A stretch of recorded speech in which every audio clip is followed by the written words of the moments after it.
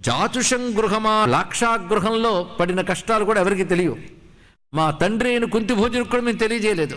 కానీ అక్కడి నుంచి నువ్వు మమ్మల్ని రక్షించుకుంటూనే ఉంటున్నావు. మేము కష్టములన్నీ దాటుతున్నామంటే కేవలం నీ దయ వల్లనే. భయానాథేన గోవింద దుఃఖం తీర్ణం మహత్తరం. ప్రతి కష్ట సమయంలో కూడాను నువ్వే మమ్మల్ని రక్షిస్తున్నావు. అంటే కుంతి ప్రతి కష్ట సమయంలో కృష్ణ స్మరణ చేస్తూ ఉన్నది గనకనే కృష్ణుని వల్ల బయటపడ్డావన్న విషయం తెలుస్తున్నది. సరిగ్గా భాగవతంలో మనం చూస్తే కుంతీదేవి ప్రార్థనల్లో నిన్ను స్మరింపజేసే విపత్తులు మాకు ఎన్ని కలిగినా పర్వాలేదు అని గొప్ప మాట అంటుంది. ఇక్కడ ప్రతి విపత్తును స్మరిస్తున్నాం, అప్పుడు విపత్తు అనిపించట్లేదు. అదే మహానుభావుడు వ్యాసుడు చెప్తాడు, విపత్తు ఏంటంటే విష్ణువుని విస్మరించడమే విపత్తు, స్మరించడమే సంపద అని చెప్పాడు. ఇక్కడ భగవత్ స్మరణ ఉండడమే సంపద అండి.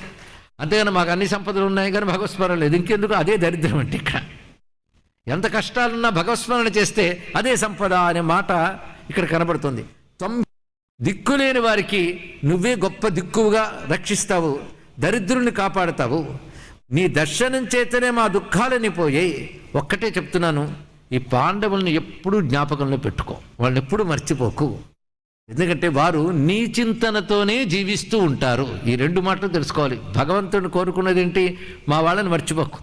రెండవది, మా వాళ్ళు ఎప్పుడు నీ చింతనతో జీవిస్తూ ఉంటారు అనే మాటను చెప్తే అప్పుడు ఆ విధంగానే అబ్గాకానే చెప్పి మేనత్తకు నమస్కారం చేసి తాను తన పరివారంతో అక్కడి నుంచి వాసుదేవుడు ద్వారకకు చేరుకున్నాడు.